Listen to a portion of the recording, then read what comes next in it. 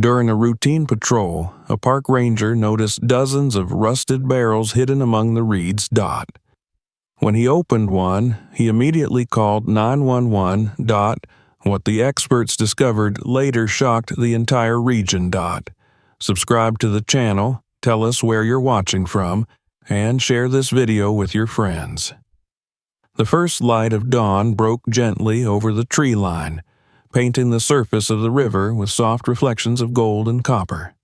Mist hung low above the water, drifting in slow ribbons that moved like living creatures over the still current. The sound of cicadas rose and fell, a steady pulse beneath the cries of distant birds. Somewhere beyond the bend, an egret flapped its wings and vanished into the pale horizon. Nathan Jones adjusted the straps of his old life vest and pulled the cord to start the motor of his patrol boat. The engine coughed, sputtered, and then caught, its quiet rumble echoing faintly across the banks. For more than 20 years, Nathan had served as a park ranger, and this place had become as familiar to him as the lines on his own palms. The national park stretched for miles, a maze of dense forest, marshy wetlands, and long channels where the river split into hidden arms. He knew where the beavers built their dams each spring, where the herons nested, and which trails the deer used when the heat grew unbearable. His mornings were always the same, slow, methodical, almost meditative. It was the repetition that kept him calm, the certainty that he belonged to this rhythm of earth and water. The air smelled of pine and damp soil. Nathan steered the boat towards the northern channel, where the current ran deeper and slower. The fog began to lift, revealing the mirrored reflection of cypress trunks rising from the water. Somewhere beneath the surface, fish stirred and flashed silver for a moment before disappearing again. Nathan reached for his binoculars, scanning the tree line for signs of illegal activity. During the summer months, some visitors ignored the park's restrictions, campfires too close to dry brush, or worse, poachers setting nets along the banks. But this morning, everything seemed undisturbed, almost eerily still. He took a sip of lukewarm coffee from his metal thermos and checked his logbook. The route was standard. From the ranger station near Willow Point down to the old bend near Miller's Creek and back. He wrote down the time, the weather, the water level, small details that only another ranger would ever care about. He found comfort in those small notes, in the quiet bureaucracy of a man doing his duty. As he flipped the page, something caught his eye in the corner of his vision. At first, it was nothing. A flicker of light, a small reflection through the veil of fog. He squinted, focusing on the reeds along the far bank. There it was again. A sharp glint, the brief wink of sunlight on metal. It was too angular to be natural, too smooth. He frowned and adjusted his binoculars. The reflection came from a cluster of thick reeds near the curve of the channel, where he knew only waterfowl and turtles usually gathered. He slowed the engine, letting the boat drift closer. The sound of water lapping against the hull filled the air. Nathan leaned forward, scanning the spot. The fog thinned enough for him to see the shape clearly now, something round, dull, partially submerged beneath the weeds. It looked like a rusted drum or barrel, its surface mottled with orange corrosion. He frowned, uneasy. There were no industrial sites anywhere near this part of the park. The last time he'd seen barrels like that was decades ago, when floodwaters had unearthed old fuel containers from an abandoned logging camp. But this wasn't one or two. Through the reeds he could see more, faint outlines under the green curtain of plants. He felt the first small ripple of unease. The park was supposed to be a sanctuary, untouched, carefully maintained. Every inch of land here had been mapped, cataloged, and protected, and yet here In one of the most remote corners of the reserve stood something that didn't belong. Nathan cut the engine and let the boat drift silently.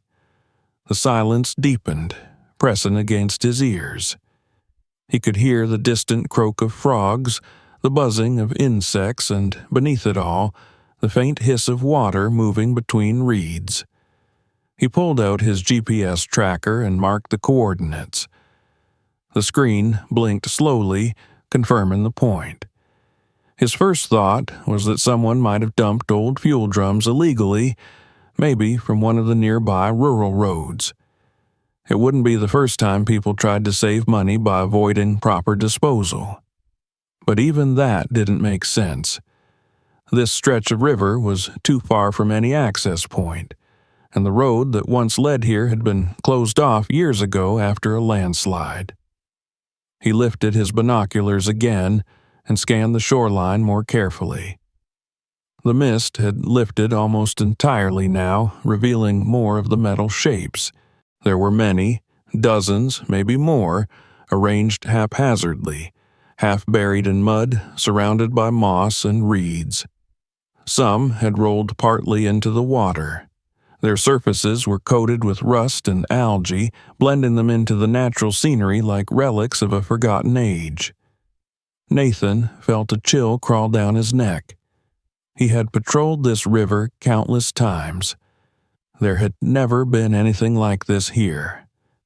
He steered closer, cutting the engine completely and using the paddle to guide the boat silently toward the spot.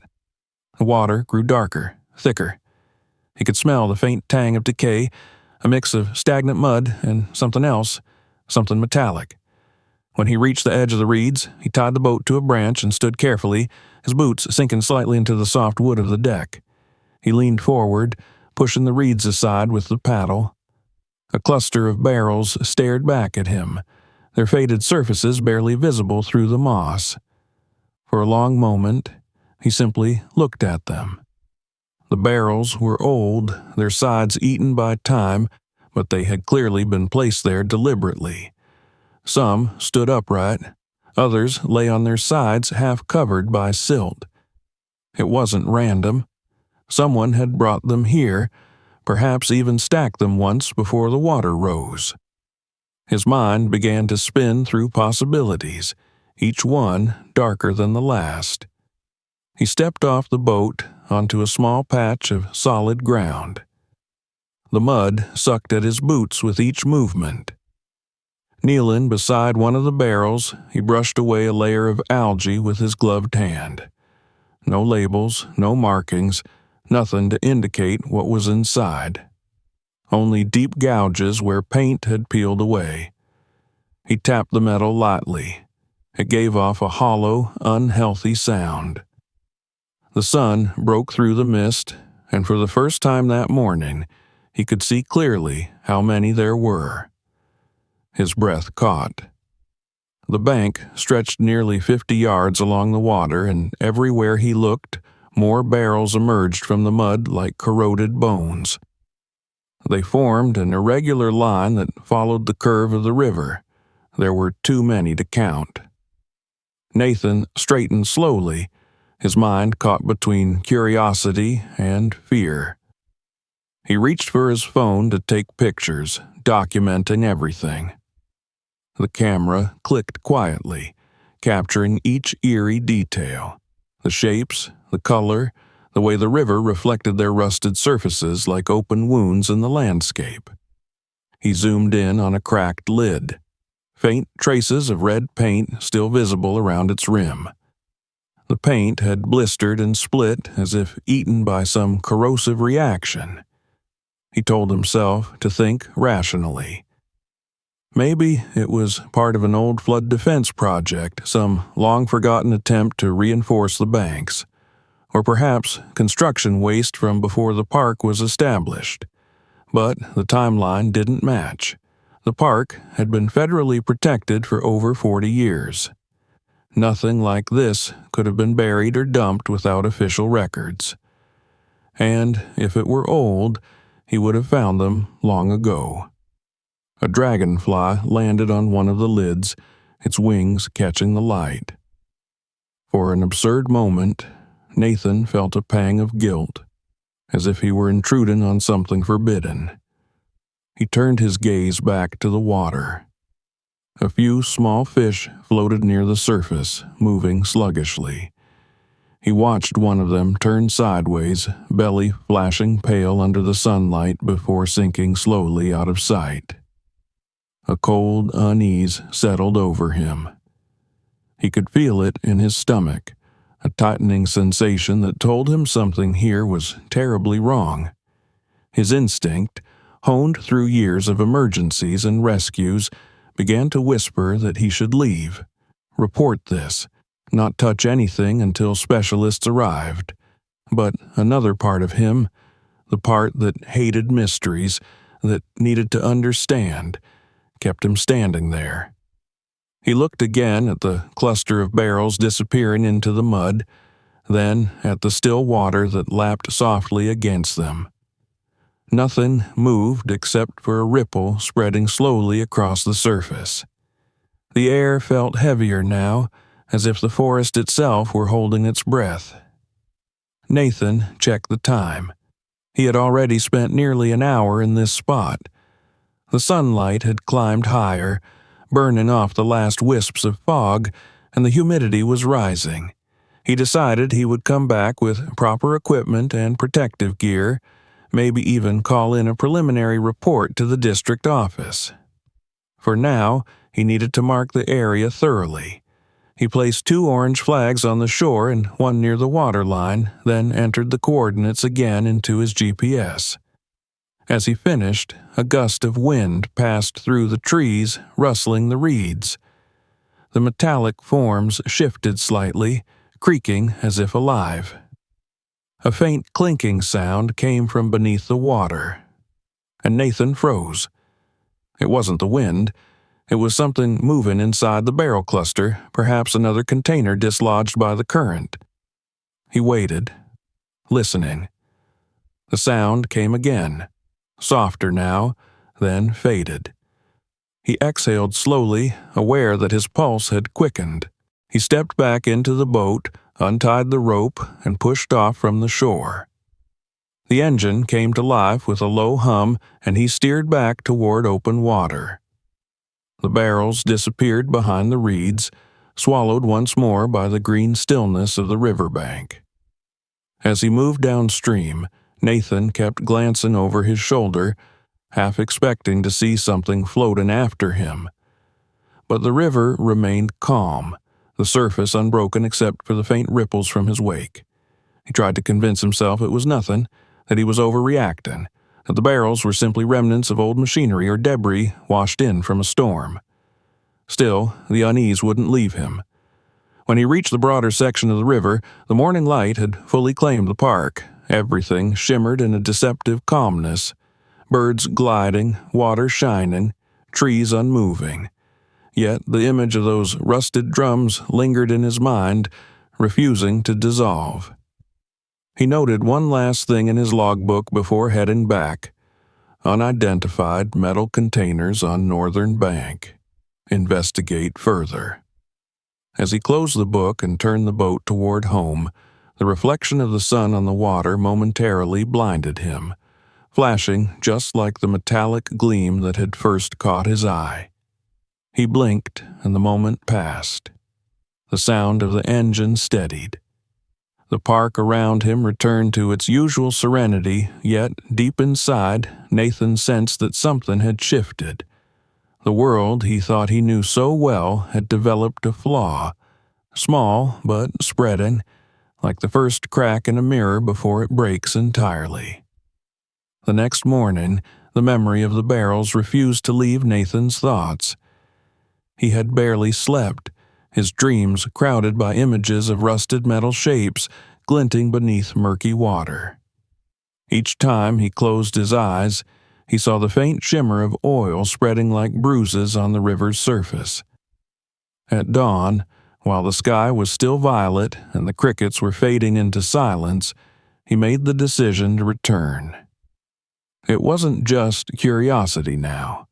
It was a sense of responsibility, a quiet but insistent voice that told him he couldn't leave this thing unexamined. He moved through the ranger station in near silence, careful not to wake the others. The building, a simple wooden structure by the docks, creaked under his boots as he collected his gear. He packed his camera, GPS, test strips for the water, gloves, a respirator mask, and his old crowbar, its handle worn smooth from years of use. The river mist clung low when he stepped outside, and the air already carried a faint metallic tang that made his stomach tighten. He didn't know if he imagined it or if it was drifting all the way from that hidden bend. The motor sputtered to life reluctantly, and as the boat glided away from the dock, the station shrank behind him, swallowed by trees. The morning light broke in slivers through the branches, making the water sparkle like a sheet of broken glass. He followed the same route as yesterday, passing familiar markers, an old fallen oak that bridged the stream like a rib cage, a heron's nest perched in the crook of a cypress, the spot where deer often came down to drink. The park seemed as peaceful as ever, but Nathan couldn't shake the feeling that something underneath the surface was wrong, that something foreign had invaded a place that was supposed to be pure. When he reached the channel's curve, the air seemed different. The smell was stronger now, faint but acrid, cutting through the usual wet sweetness of the river. He slowed the engine and guided the boat toward the reeds. The sound of the motor gave way to silence, broken only by the rhythmic splash of water against the hull. The same patch of overgrown vegetation stood before him, concealing the strange cargo beneath. He anchored the boat and stepped onto the muddy bank. His boots sank deep, and a faint suction noise followed every step.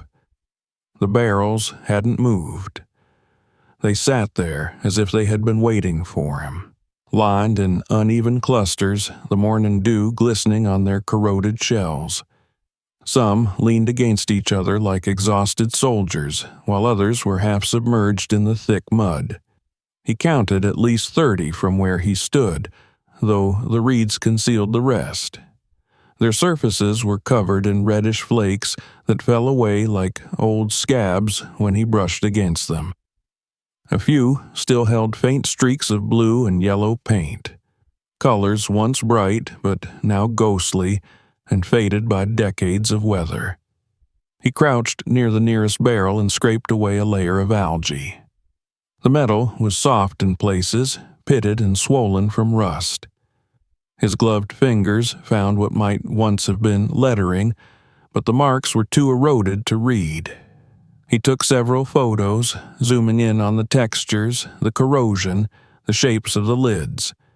The camera clicked repeatedly, its sound strangely loud in the quiet. The air hung heavy, unmoving, as if even the forest was watching him. Nathan straightened and walked slowly along the line of barrels, documenting each one. He noticed faint tire tracks in the mud, half erased by time, but still visible to a trained eye. Someone had brought these here deliberately. The depth of the grooves suggested a heavy vehicle, perhaps a truck with large industrial tires. He followed the trail a few steps inland and found where the ground was flattened, as if something massive had been dragged through the underbrush. Branches were broken at odd angles, and there were shallow trenches filled with stagnant water. He returned to the riverbank and knelt again beside another barrel. The lid was dented inward, its seal cracked. He hesitated, gripping the crowbar. His instincts told him not to touch it. Protocol demanded he wait for hazardous materials teams, but the rational part of his mind argued back. Without knowing what was inside, no one would take his report seriously. A handful of photographs meant little in a bureaucratic chain of command. He needed proof. He slid the crowbar under the rim and pressed down. The lid resisted at first, then gave way with a low groan. A puff of air escaped, carrying a smell so sharp it burned his throat. Nathan jerked back, covering his mouth through the respirator, but the odor still forced its way in. It was chemical, sweet and bitter at once, like burning plastic mixed with something rotten. His eyes watered. The crowbar slipped from his grasp, landing in the mud with a dull thud. He forced himself to look inside. The barrel was half filled with a dark, viscous liquid. It looked like oil at first, thick and glistening black, but when he tilted his head slightly, it shimmered with rainbow hues: blue, green, purple, like gasoline on wet asphalt. A faint heat seemed to rise from it, though the air around him was cool. He could hear a soft popping noise from inside, as if something beneath the surface was slowly releasing gas. A single drop of the substance slid down the side of the barrel and landed on the ground. The grass beneath it wilted instantly, curling into black threads. Nathan stumbled backward, his pulse racing. He could feel a faint burning sensation on the exposed skin of his wrist where a droplet had touched him earlier when he brushed the lid. It itched fiercely, and a red mark began to bloom. He closed the lid as best he could, pressing it down with a piece of cloth between his hands. The edge wouldn't seal completely, but it was enough to stop the immediate release of fumes. He took several more pictures, this time of the liquid itself and of the dying grass. Then he turned toward the river, inhaling deeply to clear his lungs. The taste of metal lingered on his tongue. The sun had climbed higher, and through the haze he could see the full stretch of the side. There were far more barrels than he'd thought. Dozens lined the slope of the bank, half hidden under roots and vines. Some were dented, others pierced by small holes that oozed the same black substance into the mud. Thin trails of it seeped down toward the water, staining the soil in dark veins.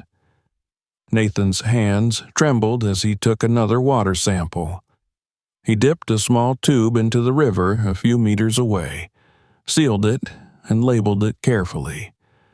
The water looked clean, but he knew better than to trust appearances. A thin, almost invisible sheen floated on the surface, catching the sunlight in pale iridescence. He crouched and touched it lightly with a gloved finger. The film broke apart, but left an oily residue that refused to wash off. As he stood, something moved in the corner of his vision. He turned sharply. A small bird lay motionless near the reeds, its wings half open. The feathers were clumped together, stuck by moisture or oil. Flies had already begun to gather. A few feet away, a dead fish drifted in the shallows, its body pale and bloated. Nathan's chest tightened. He had seen the effects of contamination before, but never here. Never in the park he had sworn to protect. He stepped back toward the boat, his mind racing. It was clear now that whatever was in those barrels was leaking, and that it was deadly. The thought of it spreading through the waterways, poisoning everything downstream, made his stomach twist. He looked again at the endless rows of corroded drums, and a terrible realization struck him. If just one leaking barrel could kill fish and birds in hours, what would hundreds of them do? The air around him felt heavier, thicker. He suddenly felt dizzy, his head pounding. Whether it was the fumes or panic, he couldn't tell. He climbed quickly into the boat and sat down, trying to steady his breathing. For a moment, the only sound was the shallow slap of water against the hull. Then, from somewhere within the reeds, a hollow metallic noise rang out, a faint clinking, like one barrel shifting against another. Nathan froze. The sound came again, closer this time, as if something beneath the water was pushing the drums. He looked at the river's surface. A ripple spread slowly, disturbing the reflection of the sky. The barrels creaked again, metal rubbing against metal. It could have been the current, or perhaps the release of trapped air, but the timing felt deliberate, almost alive. A chill ran through him. He untied the rope with trembling hands, started the engine, and backed the boat away from the shore. The ripples followed for a few seconds, then disappeared as he reached deeper water. He didn't look back right away. Only when he was halfway down the channel did he allow himself a glance over his shoulder.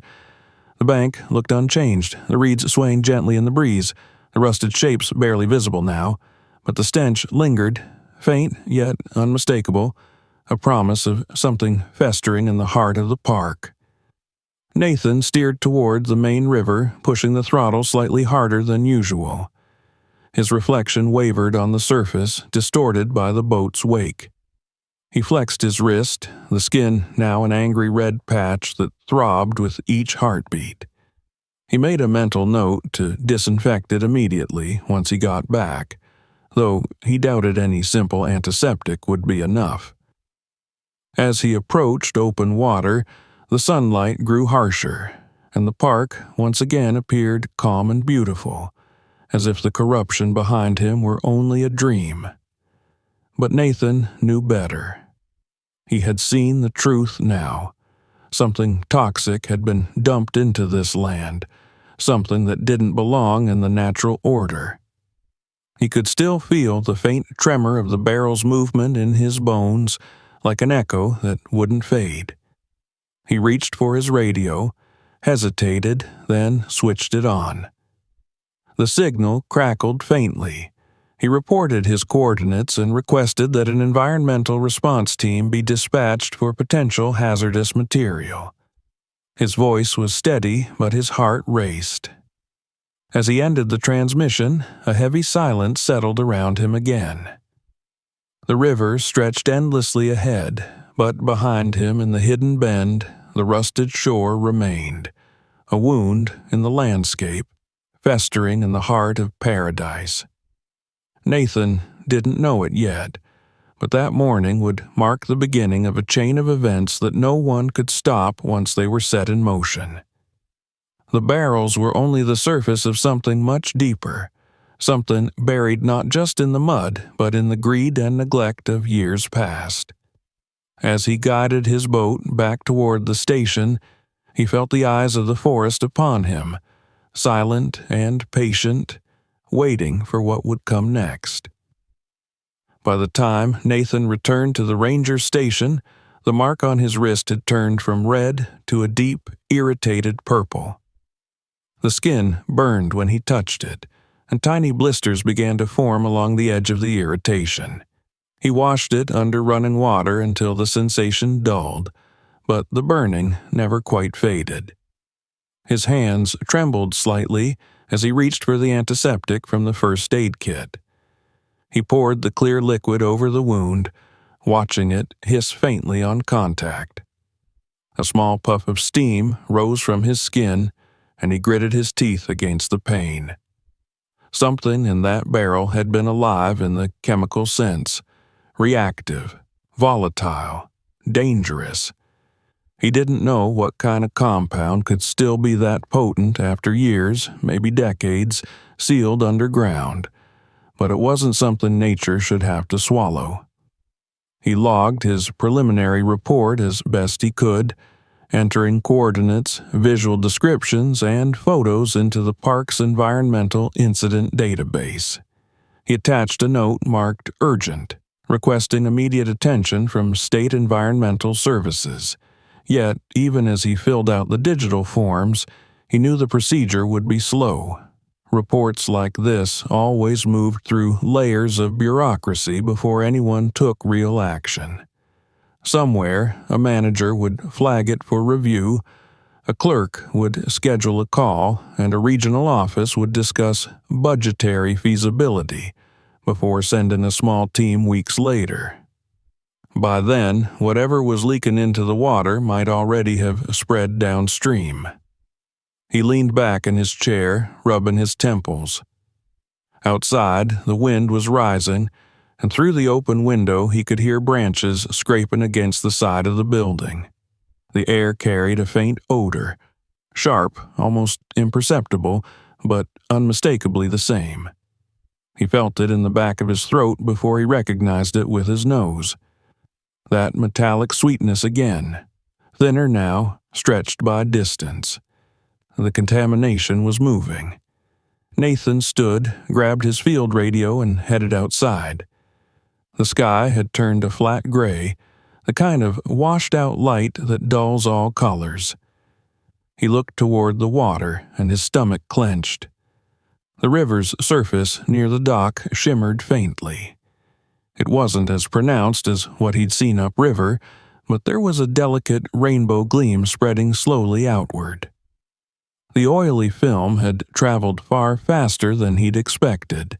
He moved quickly to the supply shed and pulled out a set of orange warning signs, small metal placards meant for emergencies like toxic spills or unsafe trails. He planted several along the docks, even though he knew it was useless until the higher-ups gave formal authorization. Still, it was something. He couldn't stand the idea of local fishermen launching their boats here without warning. The radio on his belt crackled faintly. He lifted it, trying to tune through the static. The reception was poor this deep in the park, but he finally caught the dispatcher's voice from the county emergency network. "Station 6, this is Central. Go ahead." "Central, this is Ranger Jones at Willow Point," he said, his voice rough. "We have a confirmed chemical presence in the northern channel. Coordinates logged. Possible hazardous waste contamination. I repeat, confirmed leakage from multiple barrels." There was a pause, just the crackle of interference, before the voice returned. "Copy, Jones. Dispatching hazmat unit from North District. Estimated arrival, 6 hours. Recommend securing perimeter and limiting exposure." "Understood," Nathan said, though the pit in his stomach deepened. 6 hours was a long time in a situation like this. 6 hours for toxins to spread, for wildlife to die, for wind and rain to carry invisible particles into the soil. He spent the next hour walking the perimeter near the river, checking for visible signs of impact. At first, everything looked the same: the trees, the reeds, the water. But as he moved closer to the bend, the changes became undeniable. Patches of vegetation near the shore were turning brown, as if touched by frost, though it was late summer. The bark on some of the lower trees was darkened, almost scorched. Frogs that normally hid among the reeds lay still on the mud, their bodies stiff and glistening. He stopped when he saw the first ripple. It began at the far edge of the channel, spreading slowly across the surface like the breath of something waking beneath. The pattern was too consistent, too deliberate. He followed the movement with his eyes, tracing it to the area where the barrels lay hidden. Then came the smell again, thicker, stronger. His vision blurred slightly, and his lungs tightened. He pulled his mask over his face, but it barely helped. Nathan's instincts screamed at him to turn back, but another part of him, the stubborn, disciplined part that had spent decades dealing with floods, fires, and storms, forced him forward. He climbed back into his boat, steering cautiously toward the bend. As he drew closer, the air became heavier, almost humid with invisible fumes. The scene hadn't changed much since the morning, but now, under the dimming sky, it looked different, more sinister. The barrels gleamed faintly through the reeds, slick with moisture and streaked with fresh rust. Several had shifted slightly, likely from the river's subtle current or the gas building inside them. One barrel, half submerged in the mud, was slowly tilting forward, the seal at its rim bubbling faintly. He brought the boat closer, his gloved hand gripping the side. He could hear it now, the faint hiss of air escaping from inside the damaged barrels. Every few seconds, one would emit a soft gurgle, releasing a thin stream of dark liquid that trickled into the mud. The black substance spread in slow tendrils, merging into a shallow puddle. The puddle rippled once, though there was no breeze. Nathan turned on his camera and began recording. "Willow Point, North Channel, 3rd Sector," he said quietly, documenting the situation for the record. His voice shook slightly. "Multiple containers compromised, active leakage, unknown compound exhibiting corrosive properties, immediate containment required." He crouched to get a closer angle, and that's when he noticed the reflection in the puddle. At first, he thought it was just his own silhouette distorted by the sheen, but as he leaned closer, the surface seemed to shift on its own, distorting the mirrored image of his face into strange patterns. The rainbow film on the water moved independently of the wind, swirling as if reacting to his presence. For a moment, his stomach turned cold. He blinked, shook his head, and the image was gone. Only his reflection remained. He told himself it was the fumes, the lack of oxygen, fatigue, but something deep in his gut told him to leave now, to run. He stood abruptly, swaying slightly from dizziness. The air around him shimmered faintly, as though he were standing in heat haze. His vision darkened at the edges. He stumbled back toward the boat, nearly tripping over a half-buried barrel. The impact sent a low metallic echo through the ground, and the nearest lid popped upward with a sharp hiss. A jet of gas escaped, carrying the full stench of whatever lay inside. The smell was unbearable: ammonia, burnt rubber, and something sour like decomposed flesh. Nathan gagged, coughing hard enough to make his chest ache. He dropped his camera and fumbled for his phone, trying to dial 911 directly this time. His hands were slick with sweat, his mind spinning. The call connected after 2 rings. 911, what is your emergency? A calm voice answered, far away and detached. This is Ranger Nathan Jones, he gasped between breaths. I need immediate hazardous response at Willow Point National Park, North Channel. Multiple toxic leaks, active chemical spill, possibly dioxin-based. I'm losing visibility. Air is contaminated. Sir, are you in immediate danger? Yes, the barrels are venting. Wildlife's dying. He broke off, coughing violently. His eyes burned, his throat raw. Please send help. I can't contain this alone. Stay calm, sir. We're dispatching emergency responders and notifying environmental safety. Do not approach the source. Find clean air and remain on the line if you can. He nodded reflexively, though the dispatcher couldn't see him. The phone felt slippery in his hand. He managed to make it back to the boat and collapsed onto the bench, dragging in shallow breaths. He started the motor, guiding the vessel downstream with trembling fingers. The current felt slower than before, as though the river itself were thickening.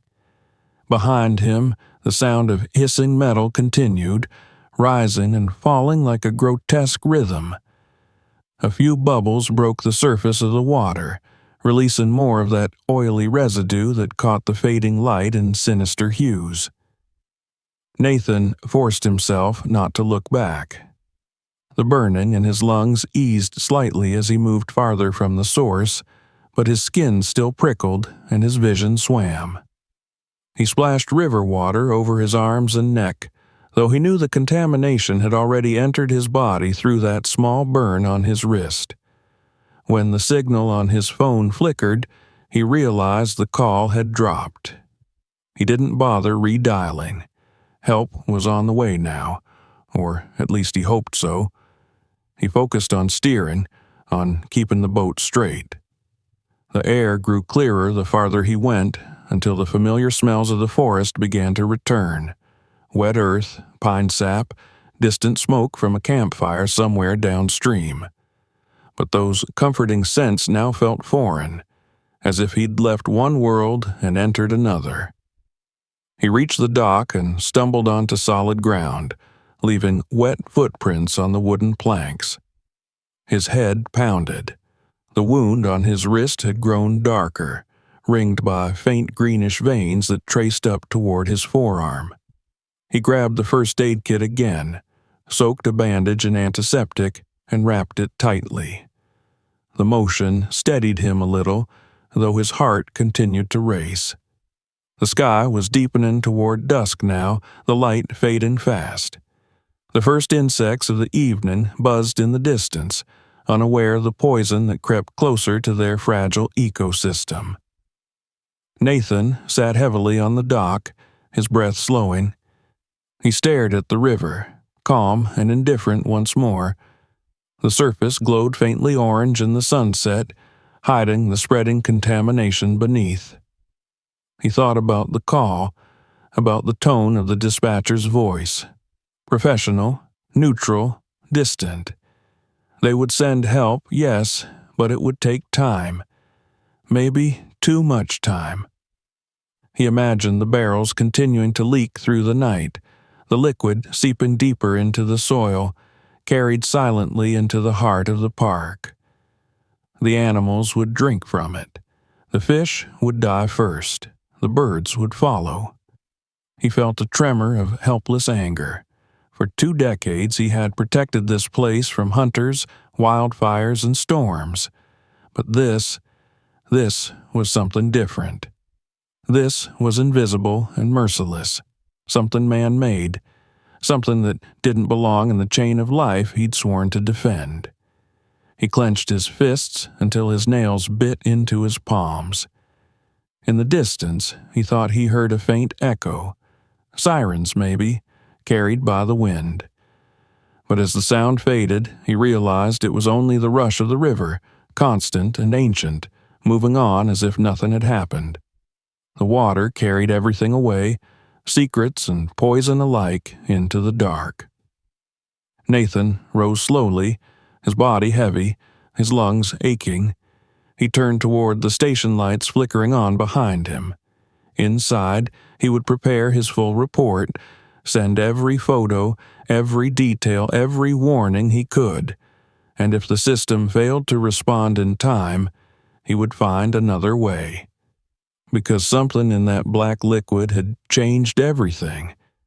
It wasn't just a spill, it was a wound in the land, and he was the only one who had seen it bleed.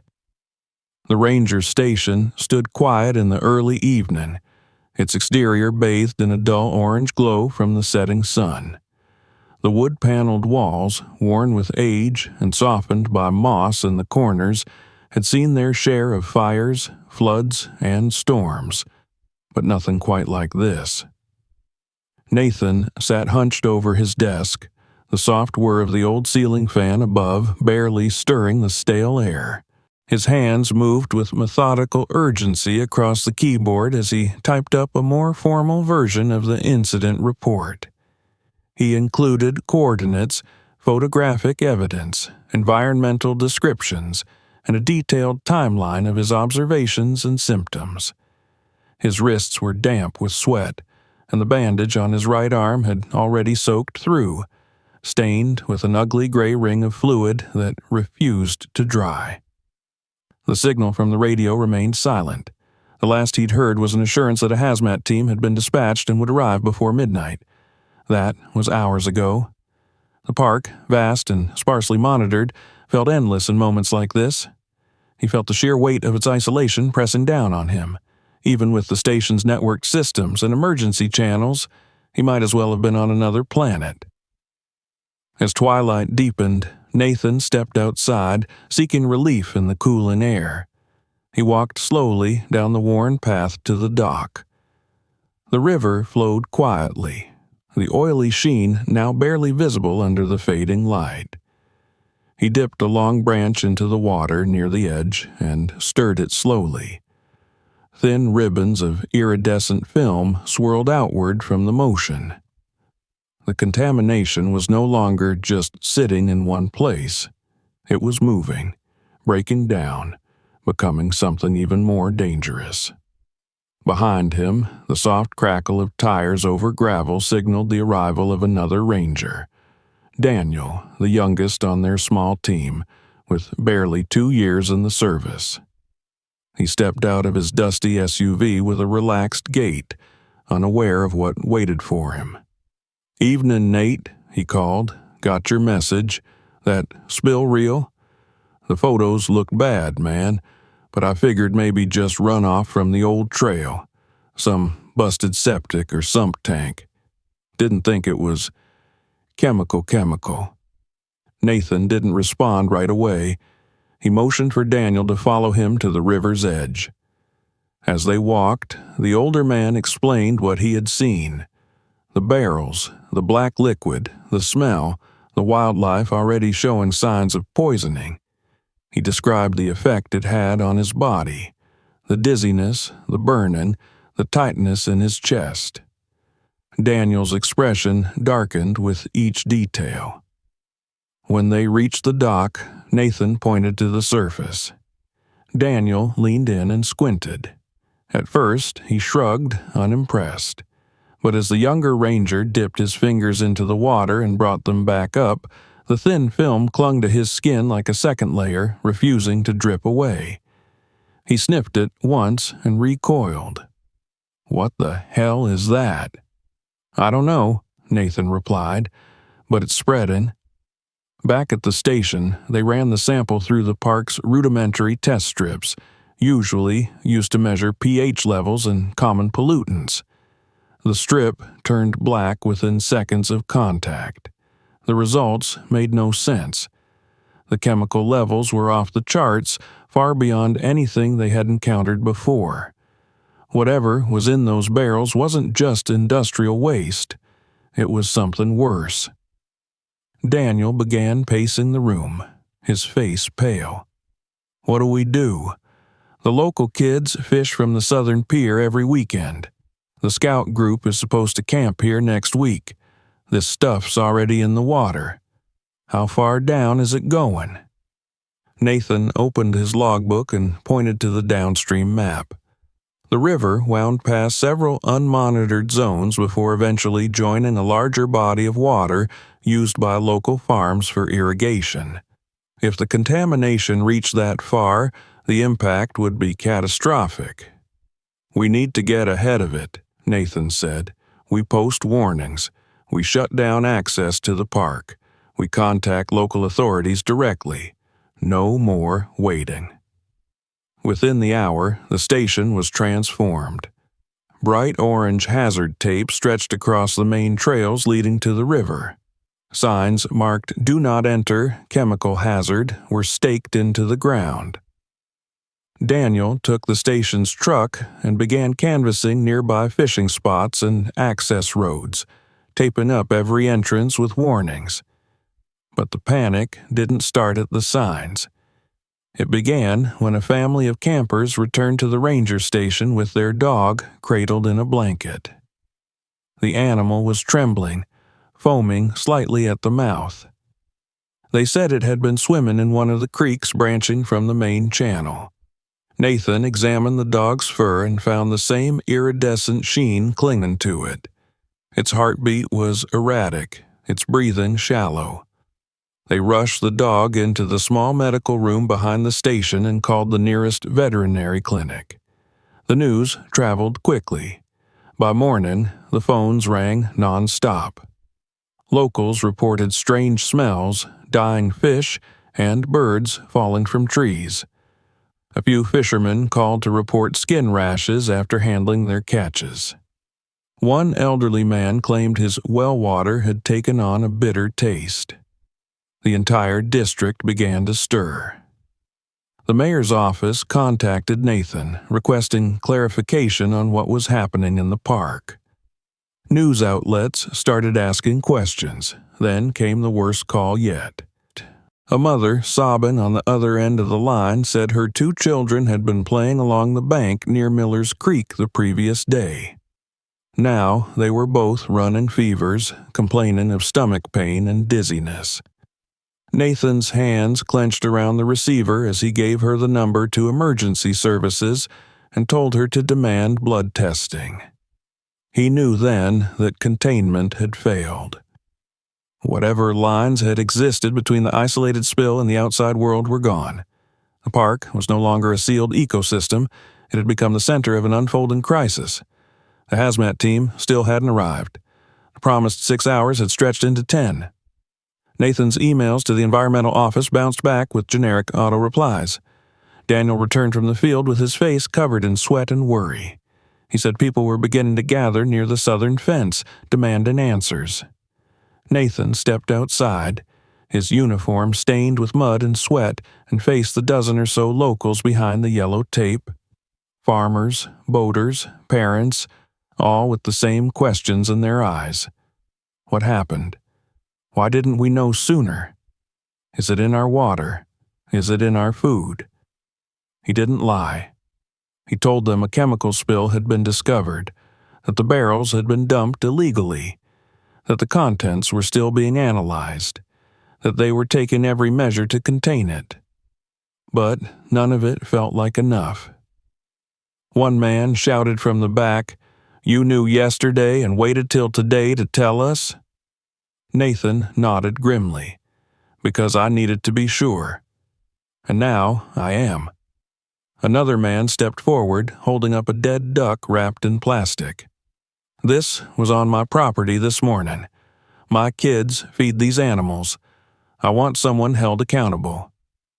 Nathan took the duck gently and placed it in a secure container. He told the man he'd make sure it got tested. But the eyes staring back at him weren't satisfied with promises. They wanted answers. They wanted someone to blame. As the crowd dispersed, murmuring among themselves, Nathan felt a heaviness settle in his chest. He returned to the station and sat in silence, listening to the crackle of the emergency radio. The air outside was no longer still. Wind swept through the trees, and with it came the faint, acrid scent of something wrong.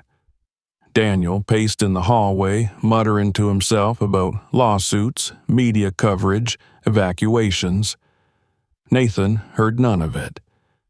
His focus was locked on the river, on the idea that if the wind carried the fumes this far, it could carry them farther, on the knowledge that the birds flying out of the park could spread contaminants, that the rain forecasted for tomorrow might push the black liquid deeper into the soil, poisoning it for years. The situation had surpassed any single ranger's capacity. It was no longer about enforcement or protocol. This was a full-blown ecological disaster, and they were alone at the center of it. As the sun dipped below the horizon, casting the park into shadow once more, Nathan stood at the window and watched the silhouettes of trees sway in the wind. He could almost see the barrels again in his mind, lined up like tombstones, their lids shifting in the dark, releasing their breath into the lungs of the earth. He whispered to no one in particular. This was supposed to be a sanctuary. But the silence offered no reply. Only the wind moved, carrying with it the first wave of panic that had already taken root in every life the river touched. The night brought no rest. Inside the ranger station, Nathan lay on the narrow cot in the back room, eyes wide open, his body aching, lungs tight from the fumes that still seemed to cling to the walls. A single light bulb buzzed overhead, casting a faint orange glow over the maps and gear scattered across the small desk by the window. Outside, the wind had picked up, and the trees whispered with a persistent, mournful rustle. Every so often, a branch would knock softly against the side of the building, a steady, ghost-like tapping that kept him from slipping into sleep. The events of the day churned through his thoughts like debris in a storm-swollen river. The family, with the sick children, the dead duck, the growing crowd of frightened residents, the oily gleam still crawling across the water's surface, and always the barrels, their shapes seared into his memory, corroded steel hulks exhaling death into the heart of the park. He could almost hear them from here, creaking and shifting in the mud, their dark contents slithering slowly into the soil. At some point before dawn, Nathan finally rose. The world outside the window was still cloaked in shadow, but the horizon had begun to blush with the first pale hints of morning. In that liminal light, he felt a renewed sense of purpose. What they had done so far wasn't enough. Warnings had been issued, officials notified. The hazmat team was allegedly en route, but Nathan no longer believed in waiting for others. Time was slipping through their fingers, and the contamination was gaining ground. He had to find out where the barrels came from, how they got here, and, most importantly, who had put them there. Daniel stirred as Nathan pulled on his boots. The younger ranger had fallen asleep at his desk, surrounded by empty water bottles, half-eaten protein bars, and a pile of handwritten notes. He looked up groggily, blinking. "You heading out again?" he asked, his voice hoarse. "I need to see something," Nathan replied without slowing. "I think I know where this started." Daniel stood and rubbed his face. "Want backup?" "Stay here. Keep monitoring the radios. If hazmat finally shows up, take them to the barrels. I'll check in every 30 minutes. Nathan grabbed his field pack and stepped outside into the damp air. The sky was streaked with gray, the sun still hidden behind a wall of mist rising off the river. The trees were motionless now, their earlier murmurs silenced by the stillness that came just before full light. He moved quickly, taking a narrow dirt path that wound along the northern edge of the park. It was one of the oldest maintenance routes, overgrown in places and long unused. Few people knew it still existed.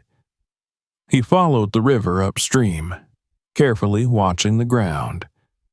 The mud near the bank showed subtle signs: small tracks, disturbed leaves, deep ruts pressed into the soft earth. At first, it was nothing more than a hunch, a vague memory of an old service road that once led to a now-defunct logging camp. But, as he continued, the signs grew clearer.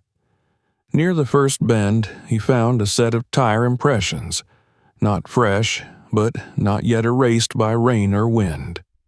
They were wide, heavy, the kind left by industrial-grade trucks, and they led away from the water toward a thicket of young pines.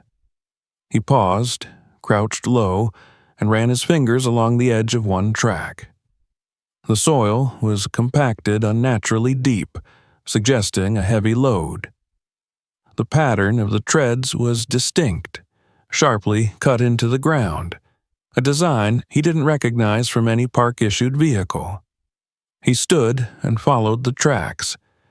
They snaked through the underbrush, past a rusted-out fence nearly swallowed by vines.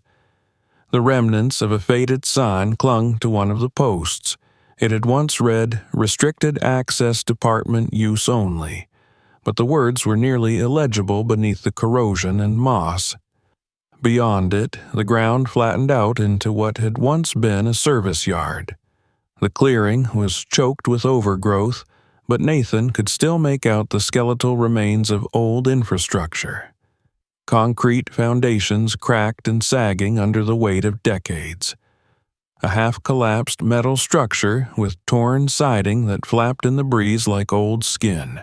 Rusted barrels lay scattered here too, some upright, others knocked on their sides. Most were empty, but a few had stained the earth around them with black halos. Nathan moved slowly, stepping over coils of brittle wire and warped metal debris. He pulled his mask tighter over his face as the chemical scent intensified. Near the far end of the yard, he found what he was looking for: a loading ramp leading into the shell of a warehouse. The doors had long since fallen off their hinges. Inside, the air was thicker, heavier. A fine dust coated everything, and the smell was suffocating, a mix of oil, mold, and something acrid that curled his nose. Sunlight filtered in through holes in the roof, casting pale beams across rows of stacked pallets.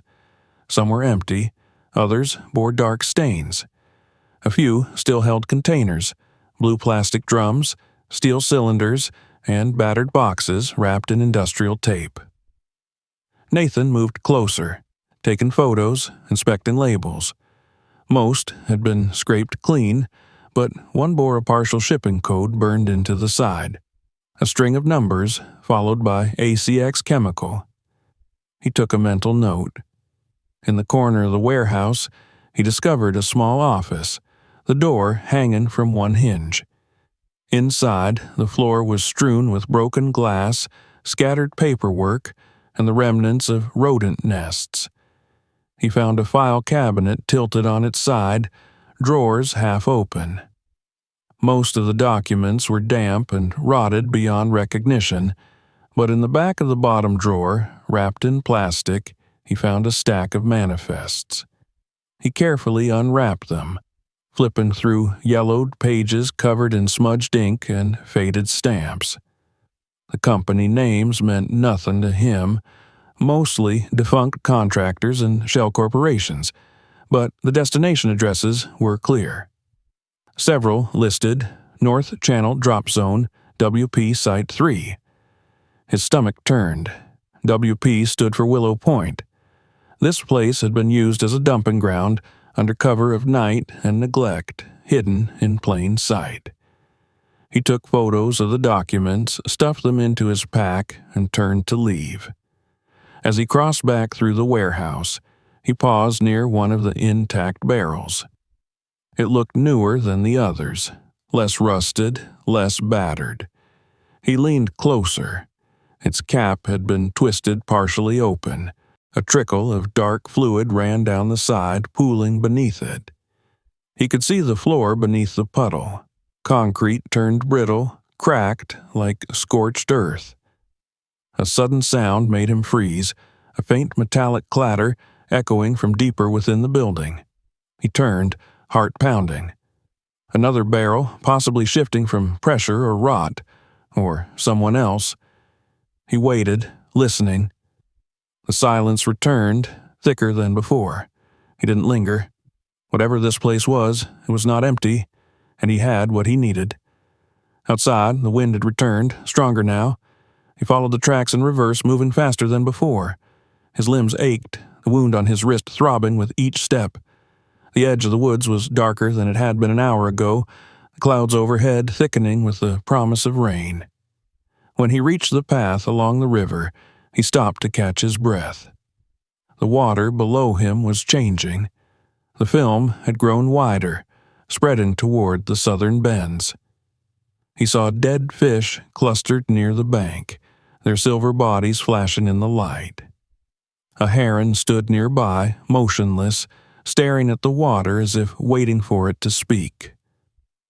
Nathan felt the weight of everything settle on his shoulders, the proof of negligence, the evidence of hidden crimes, and the spreading ruin now seeping into every corner of the land. Back at the station, Daniel met him at the gate, eyes wide. He looked shaken. "You need to hear this," he said, holding out the radio. Local dispatch picked up a call from the town. They're saying kids are getting sick. More animals turning up dead. The news is catching on. People are scared, Nate. They want to know who did this. Nathan looked past him toward the river. In the distance, a single bird flew low over the trees, circling, then vanished into the mist. "I think I have an answer," he said, "but they're not going to like it." He stepped inside, dropped his pack on the table, and began laying out the evidence. Photos, documents, notes. Daniel watched silently as the pieces came together, forming a picture too grim to ignore. The source was clear. The perpetrators, though hidden behind shell names, were traceable. It had all been dumped here on purpose under the assumption that no one would ever find out. But they had miscalculated. Nathan wasn't finished. Not yet. Because now he knew where the poison came from, and he had every intention of exposing it. The black liquid had tried to seep quietly into the roots of the park, but it had stirred something just as dangerous in him, a fire that refused to be buried no matter how deep the mud. By the time Nathan finished organizing the materials he had recovered from the abandoned site, the sky outside had turned a murky slate. Rain was inevitable. The air had shifted again, heavier now, thick with the smell of coming storms and something more acrid beneath it, faint but unmistakable, like scorched metal soaked in vinegar. A low-pressure system had rolled in from the west and the temperature dropped fast, as if the forest itself were bracing for what was still to come. Inside the ranger station, everything was quieter than usual. Even the birds seemed to have vanished, their calls replaced by long pauses of unnatural stillness. Nathan stood by the window for a long moment, watching the trees sway gently, listening for something he couldn't name. The radio on the desk behind him crackled faintly, but offered no voices. The emergency channel remained open, yet silent. There had been no update from the hazmat team, no confirmation of arrival, no acknowledgement of his last transmission. For all intents and purposes, they were still alone. Daniel sat at the far end of the room, head bowed over a notepad. His usual energy was gone. He hadn't said much since Nathan returned from the warehouse, only nodded grimly when presented with the evidence. Photos of stained pallets, half-empty drums, shipping manifests with dead company names. Daniel was young, still new to the grim weight of accountability. This was his first real crisis, and it was already spiraling into something bigger than he'd imagined. He looked up now, eyes shadowed and tired. "Still no word?" he asked. "Nothing," Nathan replied. "They're either stuck, ignoring us, or choosing not to answer." Daniel rubbed the bridge of his nose. "People are starting to talk. I saw a post online. Someone shared one of your river photos, tagged it with toxic leak and cover-up." Nathan didn't respond. He turned away from the window and moved back to the desk, where he had spread out everything he'd gathered. He had taken the most important items from his field pack and arranged them like puzzle pieces. Printed stills of the leaking barrels, water test strips blackened from contamination, the partially legible shipping code, the altered manifests. Each document was proof of something that no one wanted to believe, that the poison in the river had a human origin, one carefully hidden under layers of silence and neglect. He picked up the broken file that bore the faded name ACX Chemical and stared at it. The name meant nothing to the public. It didn't appear on any local registry, and it hadn't operated under that name in decades. But Nathan knew how these companies worked, rebranding, dissolving, then reforming under new titles, discarding their legal responsibility like old skin. This was no accident. Someone had chosen this place because of how remote it was, because it was protected land, which meant no one lived here full time, because it had always been viewed as untouchable, until now. Daniel finally spoke again, his voice lower. "You think they know we found them?" Nathan didn't answer right away. He opened his laptop and began uploading the files to a secure cloud drive he had set up years ago, a habit formed after a close call with an arson investigation in the southern range. He didn't trust physical evidence anymore, not when it involved liability this massive. "They might suspect," he said at last. "Depends how much they're monitoring. But once this hits the state office, and it will, they'll know." Daniel tapped his fingers on the table, then leaned in. "I got a call, not through the station, personal phone, no ID, Lasted maybe 10 seconds. Nathan turned toward him sharply. What did they say? Just one thing. A man's voice. He said, "Stop looking. You've done enough." Then the line went dead. Nathan's jaw clenched. He'd expected pushback, but not this soon. Not before any formal charges or media attention. That call wasn't a warning. It was a reminder. Someone was watching. Someone knew they were close to unraveling the whole truth. He walked to the storage cabinet, pulled out a battered lockbox, and placed it on the desk. "From now on," he said, "we make copies of everything. 2 drives, 1 off-site, 1 here. We don't talk on open lines, and we don't go anywhere alone." Daniel looked rattled but nodded. He stood to fetch the backup hardware. As he disappeared down the hall, thunder grumbled in the distance. Nathan returned to the window, staring at the trees.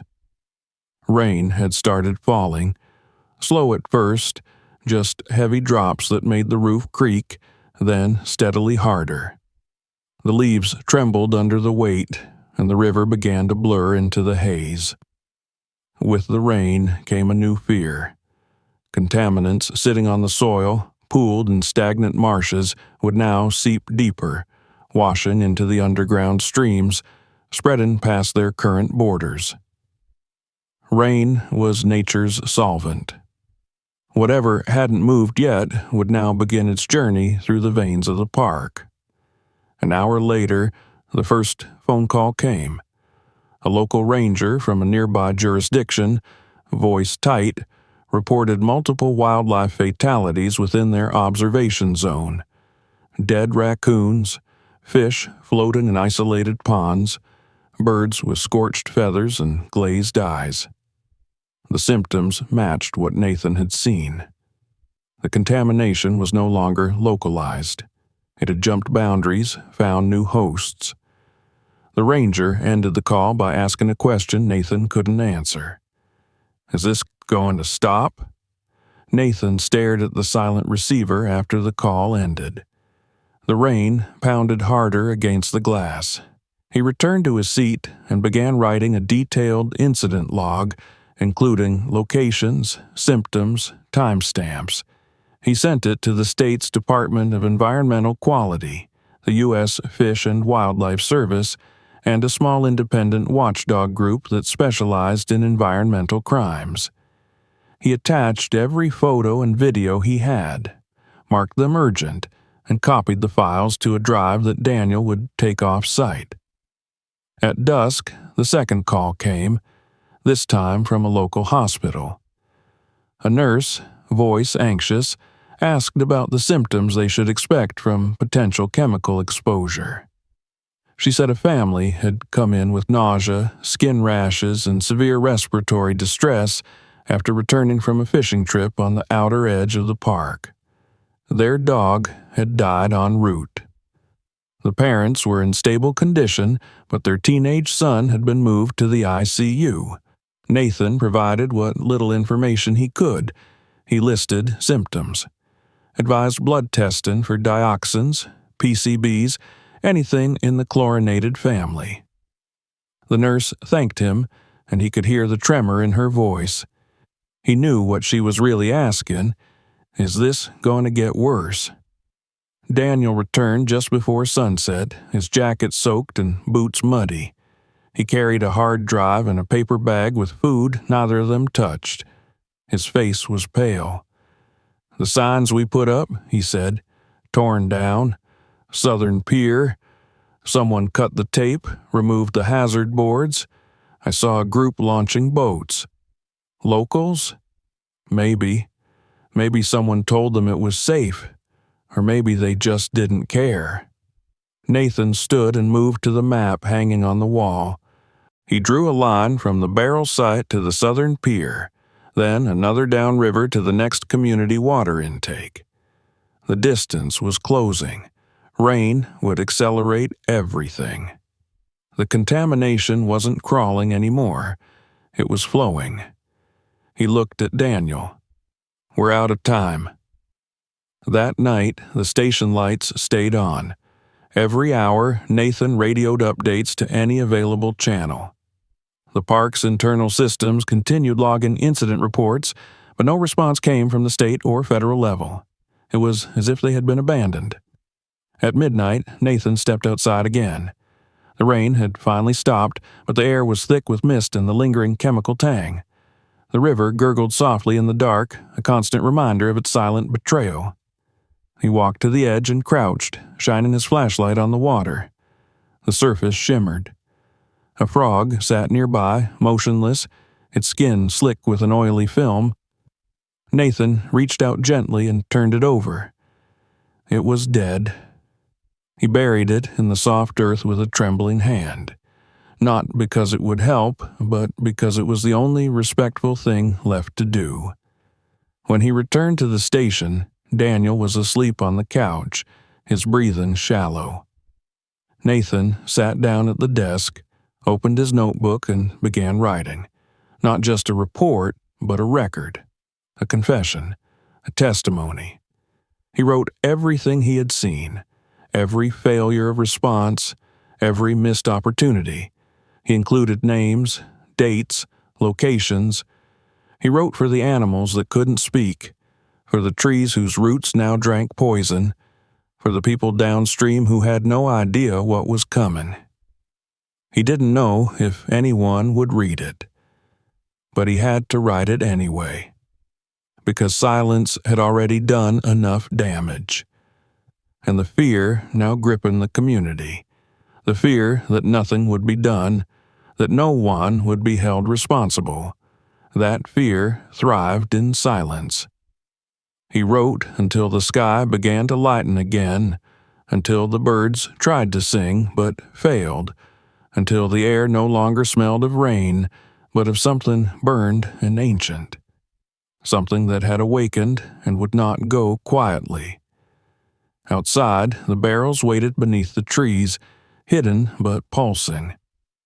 And somewhere beyond the park, men in suits with clean hands and blank eyes slept soundly, still believing their secret had sunk deep enough to stay buried.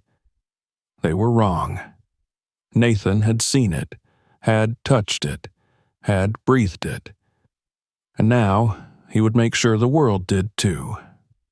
By the early hours of the following morning, the park had transformed into a tense tableau of warning signs, orange hazard tape, and anxious rangers moving between stations like shadows under a dim, pale light. Nathan stood at the edge of the river, the chill of dawn settling into his bones, eyes scanning the water that once seemed so serene, now rippling with thin, oily trails. He could see the evidence everywhere, floating debris coated in a faint sheen, the occasional dead fish bobbing along the surface, and the sallow shapes of birds that had fallen too close to the tainted shore.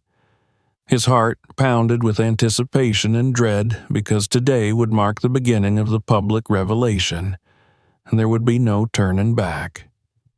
The hazmat teams had arrived hours ago, their white suits and yellow helmets making them seem like figures from another world intruding upon a natural kingdom.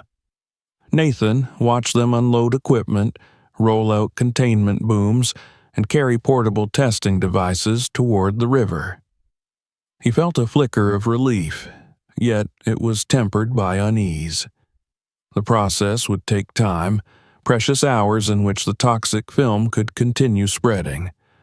Already, rainwater from last night had carried some of it into adjacent channels, reaching spots where families fished and children played. He thought of the sick children, of the dog that had died, of the small towns downstream that depended on this water for irrigation and drinking. The stakes could not have been higher. Daniel joined him at the riverbank, his expression drawn.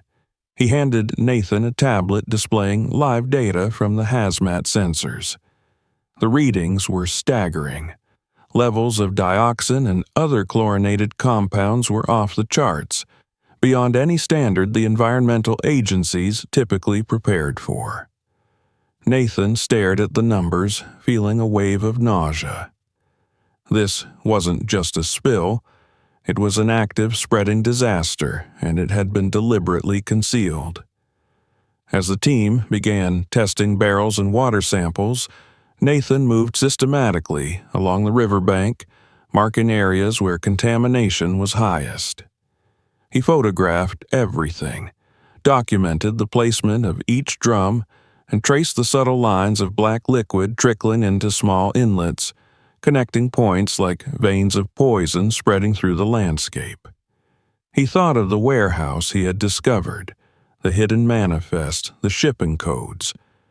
The evidence he had gathered now formed a coherent picture of calculated negligence and greed, a chain that led straight to the companies responsible. By mid-morning, news crews began arriving. Satellite trucks parked along the access roads, cameras trained on the river, and the rangers working along its banks. Nathan felt a strange mixture of satisfaction and dread.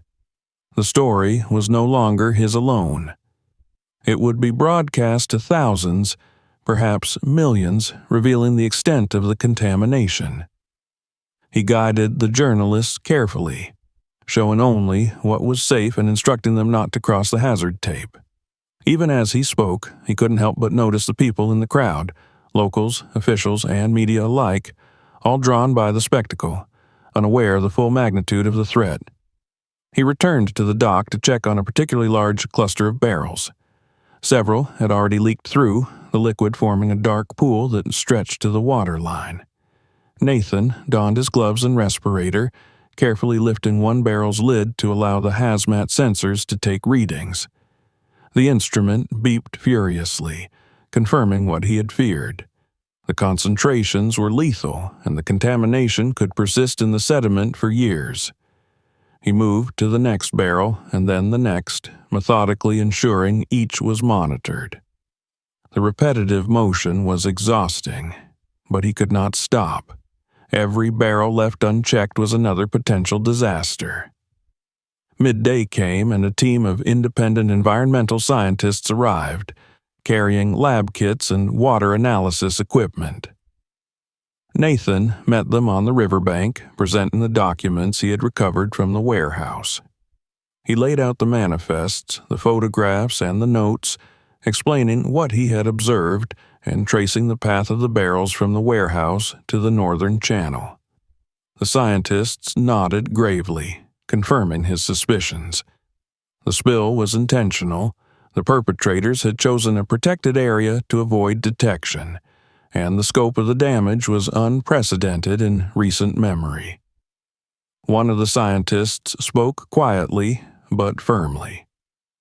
If this were allowed to continue unchecked, the contamination would move downstream into agricultural zones and drinking supplies. The ecological damage alone will take decades to repair. Nathan felt the weight of that statement pressing against his chest.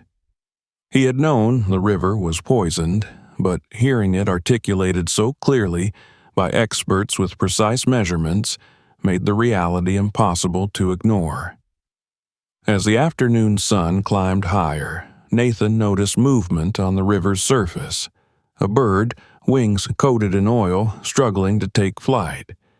He moved quickly, scooping it into a small net and carrying it to the temporary decontamination area. He worked with a volunteer, gently rinsing the bird, removing debris, and applying treatments. It chirped weakly, but remained alive, a fragile emblem of hope amid the devastation. He returned to the bank, noticing families and journalists standing at a distance, absorbing the scene in stunned silence. The river itself seemed to shiver under the weight of its own contamination. Its normally clear waters now darkened and reflective, rippling with traces of black liquid and oil sheen. Nathan understood that this river, which had once been a sanctuary for generations of wildlife and humans alike, had been irrevocably altered. Yet he also understood that this exposure, as terrifying as it was, had saved countless lives. By revealing the presence of the barrels and the nature of their contents, he had prevented further harm, had brought attention to an issue that might otherwise have been buried in secrecy. By late afternoon, local authorities arrived, their presence formal and cautious. They inspected the containment measures, questioned Nathan and Daniel, and began documenting the scene for official records. Nathan handed over copies of the warehouse manifests, showing shipping dates, codes, and partial company names. He explained the path of the barrels, the likely chain of distribution, and the evidence of deliberate concealment. The officials listened attentively, scribbling notes, occasionally asking questions about the precise locations of the most heavily contaminated areas. Nathan answered each one in turn, careful not to exaggerate but determined not to minimize the threat. As evening approached, Nathan walked along the riverbank alone for a moment, his reflection caught in the oily ripples. He thought about the barrels, the warehouse, and the invisible network of negligence and greed that had brought them here. He thought about the wildlife, some of which would never recover, and the local communities who had been exposed, even briefly, to toxic substances that could affect them for years. His chest ached, a combination of exhaustion, relief, and a lingering fear that the contamination was far from contained. Yet, amid this gravity, there was an undeniable sense of resolution. The exposure had forced accountability. The hidden crime had been revealed. The evidence Nathan had gathered, combined with the work of the hazmat teams and environmental scientists, ensured that action could finally be taken. The company behind the shipment could no longer hide in the shadows. Investigations would follow, prosecutions would be considered, and at least a measure of justice might be served. Night fell over the park, and the river lay dark and reflective under the rising moon. The wind carried the faint, lingering scent of chemicals, a reminder of the battle still ahead. Nathan sat quietly on the dock, listening to the gentle lap of water against the hull of his patrol boat. The day had been long, exhausting, and filled with moments of fear and uncertainty, but it had ended with something tangible, the beginning of a reckoning. He thought about the small bird now resting in a temporary holding area and smiled faintly. Life persisted, even in the face of a deliberate destruction.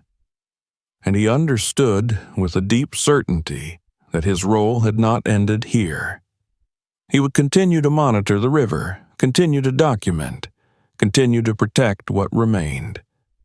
The park was wounded, yes, but it still had guardians. As the first stars appeared above the treetops, Nathan made a silent promise to the land and to the river. He would remain vigilant, unwavering in his commitment. The barrels had been exposed, the truth revealed, and the world had begun to see the consequences of greed and neglect. And for the first time in days, Nathan allowed himself to feel a cautious hope, fragile but real, that with continued effort the park and its creatures might endure. The night deepened, the river darkened, and the park seemed to settle into an uneasy calm. Nathan remained at the river's edge, watching the water, listening to the soft sounds of nature, and preparing himself for the long journey ahead. There would be cleanup, legal battles, and years of monitoring to come, but for now, the first wave of exposure had done what it needed to do. The secret was out. The guilty could no longer hide, and though the scars on the land and on its wildlife would last, the path toward restoration had begun, illuminated by the painstaking work of a single ranger who refused to remain silent in the face of disaster. If you want to see more unbelievable discoveries like this, make sure to subscribe now and hit the notification bell so you never miss our next story. Check out our other videos for secrets, mysteries, and shocking finds you won't believe. And don't forget to share this video with your friends. Let them see what we uncovered too.